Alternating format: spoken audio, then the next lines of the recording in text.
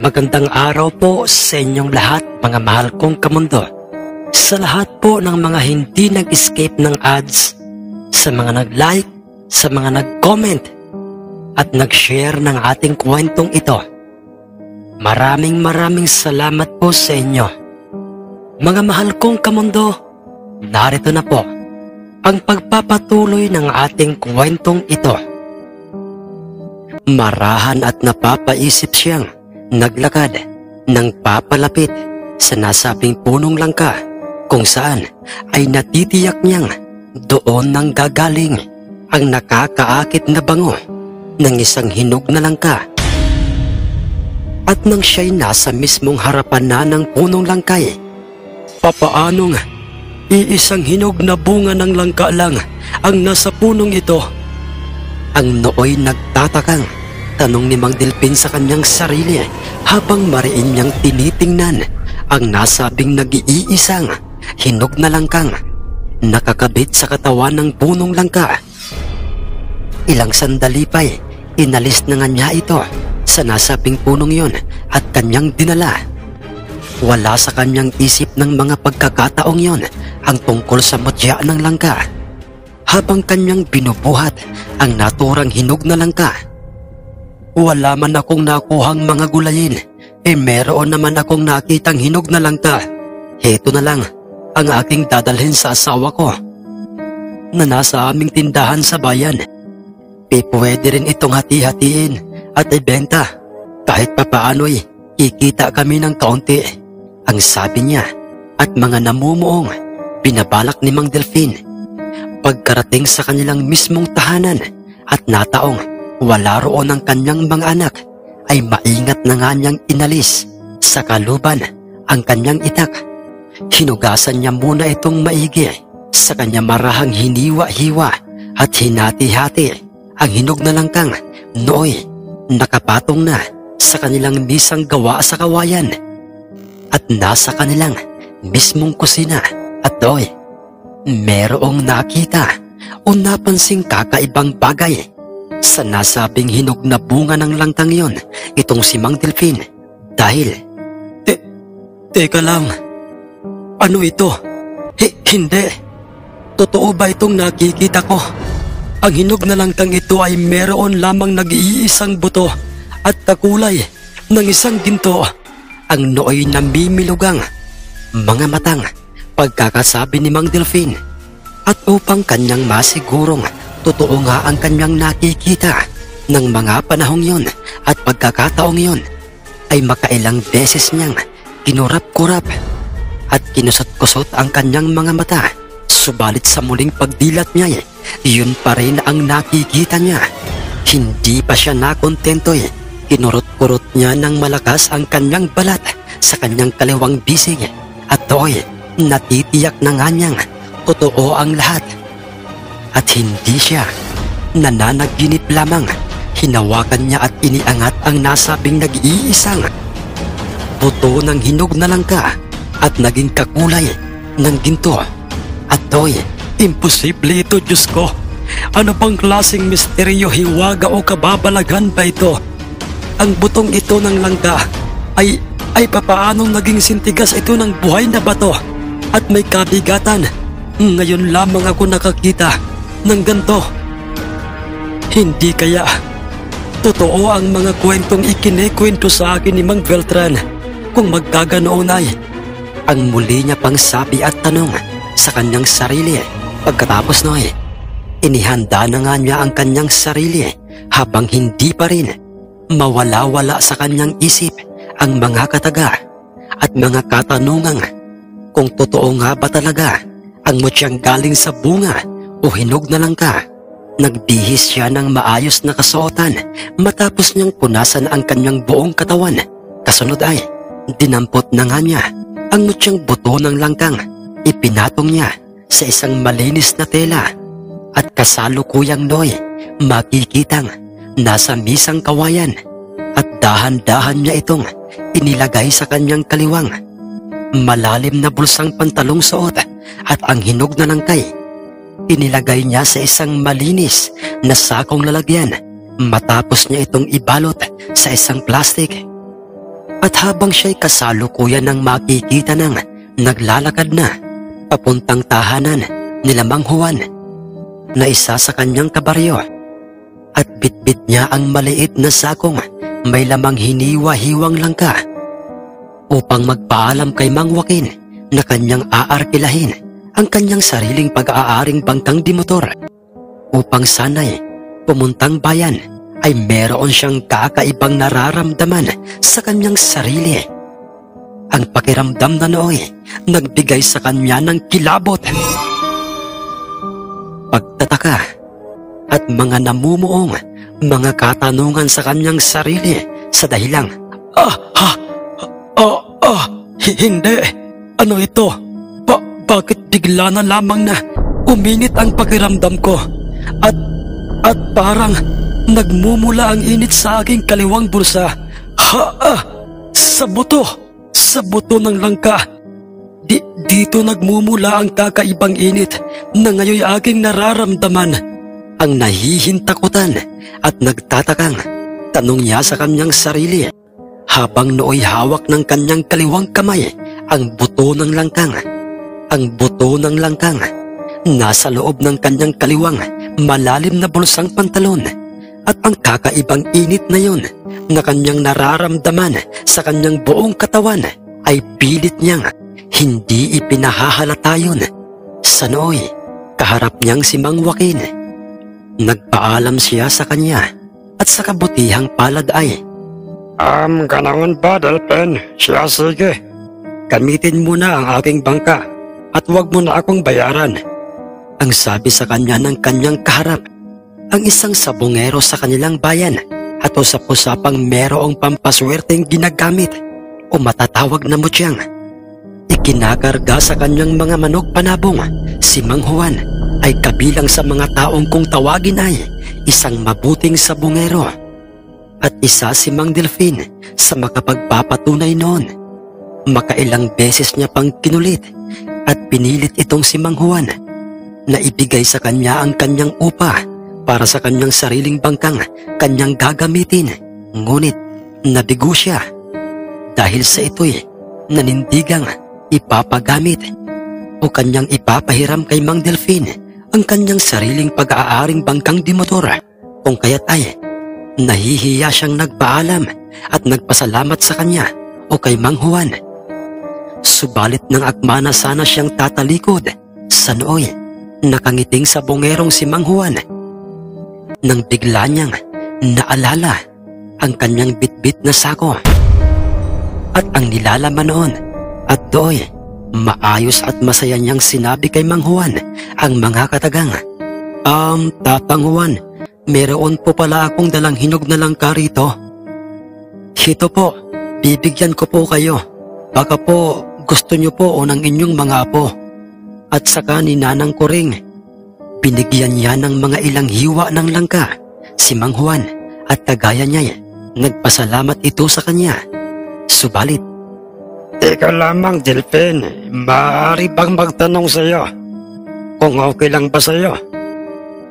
Sige po, Tatang Juan. Ano po ba yun? Delphin, ilan ba ang nakuha mong boto? O nakita sa hinog na langkang ito? Nagtataka lang kasi ako't parang kakaiba ang langkang ito. Dahil parang wala akong nakikitang ni isang boto rito. Pasensya ka na, Delphin, sa pagiging mausisa at pag-abala ko sa'yo. Ang dinig niyang sabi sa kanya ni Mang Juan, at do'y sinabi na nga niya sa kanyang nag-iisa lang ang nakuha niya o nakitang buto sa prutas na yun, at yun ay ikinabulalas ni Mang Juan. Delphin, kung maniniwala ka man sa akin o hindi ay hindi na mahalaga pa yun. Pero sana ipaniwalaan mo ako. Ano po bang ibig mong sabihin, Tatang Juan? Nalilitong tanong niya kay Mang Juan. Delphin, ikaw ay biniyayaan ng kalikasan ng isang natatanging mutya, ang mutyang buto ng langka. At nagkataon pang meron kayong negosyo o isang maliit na pwesto ng mga ulam sa bayan Sapagkat Delphin, ang sino mang taong pinalad na magkaroon ng mutyang galing sa buto ng langka ay magiging mabilis ang paglago ng kanyang negosyo. Ano man ang kanyang maibigang negosyo, basta't sa maayos at malinis na paraan. Idagdag pa ang pagiging porsigido ng taong yun sa kanyang itinayong negosyo. Sa mga revelasyong yun ni Mang Juan kay Mang Delphin ay nagkaroon siya ng tiwala sa kanya, kung kaya't marahan na nga niyang ipinakita sa matandang kaharap ang nasabing buto ng langka at doy. Ito nga, Delphin, ito ang mutyang buto ng langka, ang magpapabago sa inyong buhay. Matagal kong pinangarap na magkaroon ako nito, pero ibang mutya ang ipinagkaloob sa akin ng kalikasan. Ang sabi pang muli ni Mang Juan sa kanya, Ipapaano po ito magkakaroon ng bisa, Tatang Juan? Manatili ka lang o kayo ng inyong buong pamilya sa kung anong ugali meron kayo ay kailanmay hindi mawawala ang bisa nito. At saka iho, wag na wag mong ipagsasasabi sa ibang tao yan, wag mong ipapakita. Higit sa lahat ay wag na wag mong papahawakan sa mga taong wala ka naman talagang tiwala. Dahil hindi lang mawawala sa inyo ang mutyang yan. Kundi, ang mas masaklap sa lahat ay baka maaaring ikapahamak nyo. Huwag kang mag-alala, Delphin. Mananatiling tayong dalawa lang ang makakaalam ng mutyang ito. Nagpasalamat ng maraming beses si Mang Delphin kay Mang Juan at pagkatapos noy, nagpaalam na siya sa matanda. At nagsabi siyang kinakailangan na nga niyang pumuntang bayan o sa kanyang asawa at mga anak na nasa kanilang pwesto o tindahan. Magkahalong emosyon ang noy nilalaman ng isip ni Mang Delphin habang kanyang minamaneho ang bangkang dimotor na kanyang sinasakyan. Emosyong saya at takot na baka may ibang makaalam ng kanyang pag-aari ng mutya. At pagtigil ng kanyang binamanehong bangkang dimotor sa dalampasigan ay bumaba kaagad si Mang Delphin. Itinali niya ang lubid na siyang kumukonekta sa nasabing bangka sa isang punong niyog na nasa mismong tapat ng nasabing bangka. Kanya munang sinigurong ito'y magiging ligtas at ito'y hindi aabutin ng pagbaba ng tubig dagat dahil sa baka ito ay bumara. At pagkatapos noy, naglakad na nga si Mang Delphin papuntang pwesto ng kanilang maliit na tindahan ng mga ulam at kanyang naratnan doon ang kanyang asawang si Aling Kulasa at ang kanyang 3 mga anak. Halos bumigay ang tuhod ni Mang Delphin at hindi na nga niya napigilan pa ang mga luhang kanina pang namumuo sa gilid ng kanyang mga mata sapagkat nakita niyang halos walang bawas lahat ng mga lutong ulam ni Aling Kulasa. Ganap ng mag-aalas 3 ng hapon ang oras ng mga pagkakataong yon. Mabilis naman siyang ipinagtimpla ng kape ng kanilang panganay na anak at binigyan siya nito ng tinapay na siya namang kanyang ipinaris sa mainit na kape. Ramdam niya ang lungkot at kawalang pag-asa sa hitsura ng kanyang 3 mga anak sa nasabing maliit na pwesto ng tindahang naisip ng kanilang butihing ina at ganoon din sa hitsura ni Aling Kulasa. Subalit pilit itong lumalaban sa pag-asang magtatagumpay din ang lahat. Kung kaya't dahil doy, Kulasa, asawa ko, alam ko kung anong nararamdaman mo. At alam kong ginagawa mo ang lahat ng ito hindi lamang para sa atin, kundi para sa magiging kinabukasan ng ating mga anak. Asawa ko, Kulasa, huwag kang mag-alala. Mayawa ang Diyos. Alam niya kung ano ang nilalaman ng ating puso at nasisiguro kong hindi niya tayo pababayaan. Sa halip ay gagabayan niya tayo at ang ating mga anak. Ang maemosyong pagkakasabi ni Mang Delphin kay Aling Kulasa kung saan ay makikita silang dalawang nasa kusina ng kanilang mismong tindahan at yakap niya ng mahigpit ang kanyang minamahal na kabiyak. Hindi na bagong bagay pa yon o kaganapan para kay Aling Kulasa dahil palaging yon ang ginagawa ni Mang Delfin sa tuwing nakikita niyang nasa ganoong kalagayan si Aling Kulasang malungkot. Merong malalim na iniisip at parang nawawala na ng pag-aasang makipaglaban sa hamon at mga pagsubok sa buhay, at yun din ang ginagawa ni Aling Kulasa kay Mang Delfin. Ang mga sinabing yun ni Mang Delfin kay Aling Kulasa siyang naging dahilan upang tuluyan na ngang pumatak ang mga luha ni Aling Kulasa. Umiiyak si Aling Kulasa hindi dahil sa matinding lungkot, kundi dahil sa sobra-sobrang sayang kanyang nararamdaman. Muli siyang nabuhayan ng pag-aasa. Nagpasalamat siya kay Mang Delfin at mahigpit nilang niyakap ang bawat isa. Laban lang, asawa ko. Lalaban tayo para sa magiging kinabukasan ng ating mga anak. Naranasan natin ang hirap sa buhay nang magsama tayo. At ayaw kong yun din ang danasin ng ating mga anak kung sakali mang magkaroon sila ng kani-kanilang mga pamilya. Sumang-ayong umiiyak si Aling Kulasa sa mga sinabing yun sa kanya ni Mang Delfin. Nasa ganoon silang kalagayan nang pareho nilang maramdamang na merong mga kamay o mga bisig na pilit na yumayakap ng mahigpit sa kanilang dalawa. At nang kanilang tiningnan kung sino ang nagmamayari ng mga kamay na yon o mga bisig na yon, ay nakita nilang ang kanilang tatlong mga anak. Masayang umiiyak ang mga ito habang yakap-yakap silang dalawa. Mga anak ko, ang sabi ni Mang Delfin. Opo, Itay. Narinig po naming lahat ang mga pinag-usapan niyo ni Inay. Inay, Itay, maraming salamat po sa inyo. At ginagawa po ninyo ang lahat para sa amin. Napakaswerte naming mga anak dahil sa kami ay biniyayaan ng Panginoong Diyos ng mga mabubuting mga magulang na walang sawang naggagabay sa amin sa mabuting asal upang hindi kami maligaw ng landas. Ipinapangako po naming tatlo sa inyo, hindi po namin kayo bibiguin sa mga pangarap niyo para sa amin. Susuklian namin ang mga kabutihang loob niyo po sa amin. Ang sabi sa kanilang dalawa ng kanilang magalang na panganay na anak.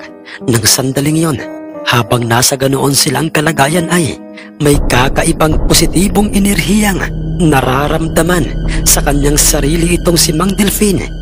Punong-puno ng pag-aasa at naging maaliwalas ang kanyang isipan. Alinsabay naman ng kanyang nararamdamang yon ay ang pag-iinit ng kanyang mutyang gintong buto ng prutas na langka na naging sintigas ng buhay na bato na nasa kanyang malalim na bulsang pantalong uso ng mga panahong yon.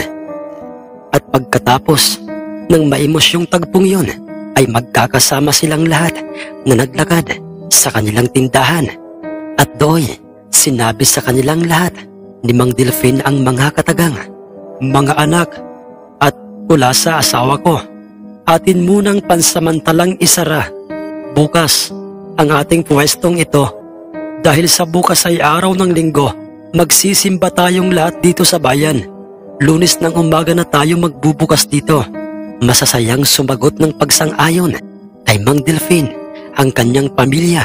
Ilang sandali pa'y meron silang nakitang isang matandang lalaking mahinang naglalakad papalapit sa bungad ng kanilang tindahan.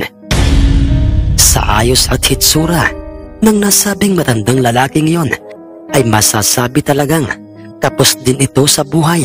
Gulo-gulo ang kanyang mahabang kulot-kuluting buhok, mahaba ang kanyang bigote at balbas. Sa madaling salitay, parang ito'y inabandona ng kanyang mga mahal sa buhay.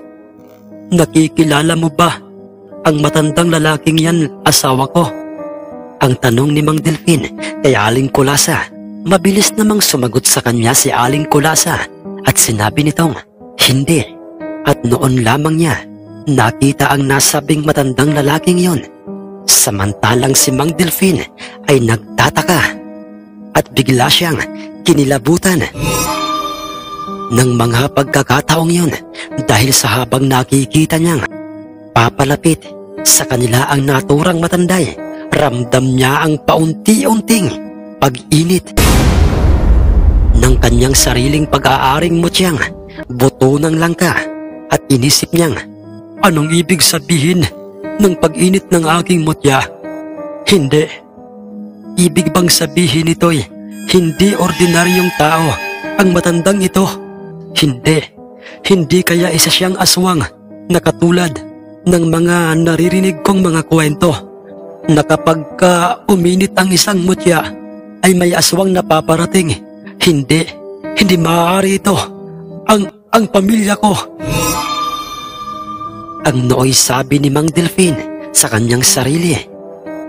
At nang nasa kanilang harapan na nga, ang nasabing matandang yon ay nagwika ito sa mahinang salitang, Tubig. Gusto ko ng tubig at makakain. Nauuhaw at nagugutom ako. Mabilis namang kumilos ang tatlong mga lalaking anak nila Mang Delfin at Aling Kulasa. At sa halip na sa labas nila pakainin at painumin ng libre ang nasabing matandang yon, ay pinapasok ito ng mga anak nila Mang Delfin sa mismong loob ng kanilang tindahan. Ipinaghanda nila ito ng makakain at maiinom. Wala pa ring palya ang pag-init ng tangang mutya ni Mang Delfin ng mga pagkakataong yon habang mahinang ngumunguya ng pagkain ang nasabing matandang nasa mesa, dahilan upang, Tatang, taga saan po ba kayo? At bakit po parang kayo po ay walang pamilyang inuuwian? Ang nooy mapang-usisang tanong sa matanda ni Mang Delfin. Sumagot naman ito at nagsabing, Taga rito ako sa bayang ito, pero wala na akong mga anak at asawa. Matagal na silang namayapa dahil sa isang masamang trahedya. Minerva, asawa ko, Israel, Corazon, Hermelito, mga anak ko, patawarin niyo ako. Kasalanan ko ang lahat kung bakit maaga kayong nawala sa aking buhay. Ang sagot sa kanila ng matandang Noy, inihinto na nga nito ang kanyang ginagawang pagkain. Sa halip ay kanyang pinupunasan ang mga luha sa kanyang mga mata gamit lamang ang laylayan ng kanyang suot na damit. Pasensya na po kayo, Tatang. Dahil po sa pang-uusisa ko po sa inyo'y naalala niyo po ang inyong nakaraan. Ang may galang at naaawa sa matandang, sabi ni Mang Delfin. Ilang sandali pa'y bumulong si Aling Kulasa kay Mang Delfin. Tumangutango naman si Mang Delfin na para bang sumasang-ayon siya sa mga sinasabi sa kanya ni Aling Kulasa. Pagkuway, Tatang, okay lang po ba sa inyong sa amin na lang kayo manirahan? Doon po sa aming baryo. At nang hindi na po kayo nalilipasan ng gutom, ang dagdag pang sabi ni Mang Delfin sa kanya. Dahil sa yon, ang ibinulong sa kanya ni Aling Kulasa. Bukudoy, yun din talaga ang nasa isip ni Mang Delfin, ang tulungan ang naturang matandang yon. Subalit, Huwag na, Iho. Iha, maraming salamat na lang sa inyo. At sana'y pagpalain kayo o ang inyong pamilya ng Panginoon dahil sa kabutihang loob. Dahil sa inyong kabutihang loob. Nga pala, Iho, alam niyo bang isa akong manghuhula? At nakikita ko na ang inyong magiging magandang buhay at magandang kinabukasan ng inyong mga anak na yan. Nagtaka at nagulat silang lahat sa mga sinabing yun sa kanila. Nang matandang Noy, nagpakilala sa kanilang sa pangalang si Lolo Pacifico. At dagdag pa nito'y, ang lahat ng mga hirap at pagsubok na inyong nararanasan, Sa ngayon, ay kabahagi ng inyong naghihintay na tagumpay. Muli po mga mahal naming kamundo, maraming salamat po sa inyong ginawang pag-comment, pag-like at pag-share sa ating mga nakaraang upload. Maraming salamat po. Nais ko lamang pong pasalamatan at shoutout si Tropa TV Vlogs at ang Ubina Family. Nais ko lamang pong shoutout si Boss Baldayot at ang kanyang buong pamilya dyan po sa Kalinog, Iloilo. Maraming salamat po sa inyo. Kay Boss Emerson Ornedo, kay Boss Jolito Romero, maraming salamat sa iyo, boss. Shout out po kay Paring Sukoy, kay Paring GP, Paring Teban, Paring Pedro, at Paring Michael. Ang nagpapa-shoutout po ay si Boss Wilfredo Diaz. Shoutout po kay Boss Jerome B. Arnaez ng Samar, kay Boss Roel Mendoza ng Silang, Cavite. Salamat po kay Boss Melchor Recta, kay Boss Jana Agustin, kay Boss Henry Tamigin ng Davao City, kay Boss Jiffy TV Vlogs na palagi pong nakikinig sa atin dyan sa Fairview. Maraming salamat po sa inyo, boss. Kay Boss Tony Villaruel, maraming salamat po, boss. Nais ko lamang pong i-shoutout si Boss RJ Vlogs. Boss, maraming salamat po sa inyo. Kay Boss Fernan Nadera ng Pagsanhan, Laguna. Boss, maraming salamat po. Kay Boss Bro Rex TV. Boss, maraming salamat po sa inyong suporta.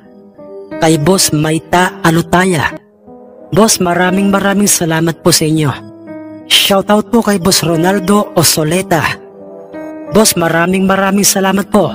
Shoutout po at maraming salamat po kay Boss Iking Banlaygas. Boss, maraming salamat po. Kay Boss Angel Simbulante at sa Family Simbulante from Obay, Cabancalan City. Maraming salamat po mga boss. Shoutout po kay Boss Rafaelito Arnaez Villaram. Boss, maraming salamat po. Shoutout po kay Boss Kevin Dicap. Boss, maraming salamat po. Shoutout po kay Boss Mateo Diaz. Boss, maraming salamat po. Kay Boss Giovanni Magiriano, kay Ma'am Pia Arnaez Jans, kay Boss Francis Sit at sa kanyang mga tropang palaging nakikinig sa ating kwentong, sina Boss Jomar, Boss Obyong, Boss Maki, Boss Ronnie at si Boss Kenneth. Maraming salamat po sa inyo mga tropa. Kay Boss Wilfredo Diaz, kay Boss Jonas Francis Paragas, kay Boss Victor Ticala, kay Boss Rene Abalos, kay Boss DJ Diren Galido, kay Boss Merwin Olive, kay Boss Jat Magdas, kay Boss Hermelito Baloya, kay Ma'am Melrose Topas, kay Ma'am Eden Valiente at sa kanyang buong pamilya dyan po sa Caloocan, kay Mama Michelle Oxteros at sa kanyang buong pamilya, kay Boss Giobel, kay Boss Borleng Lawrence, kay Boss Laguda Erle, kay Boss John Gavin Moneva, kay Tokayo GC Candelaria, kay Paring Gerard Bacaresa. Pare, maraming salamat sa iyo.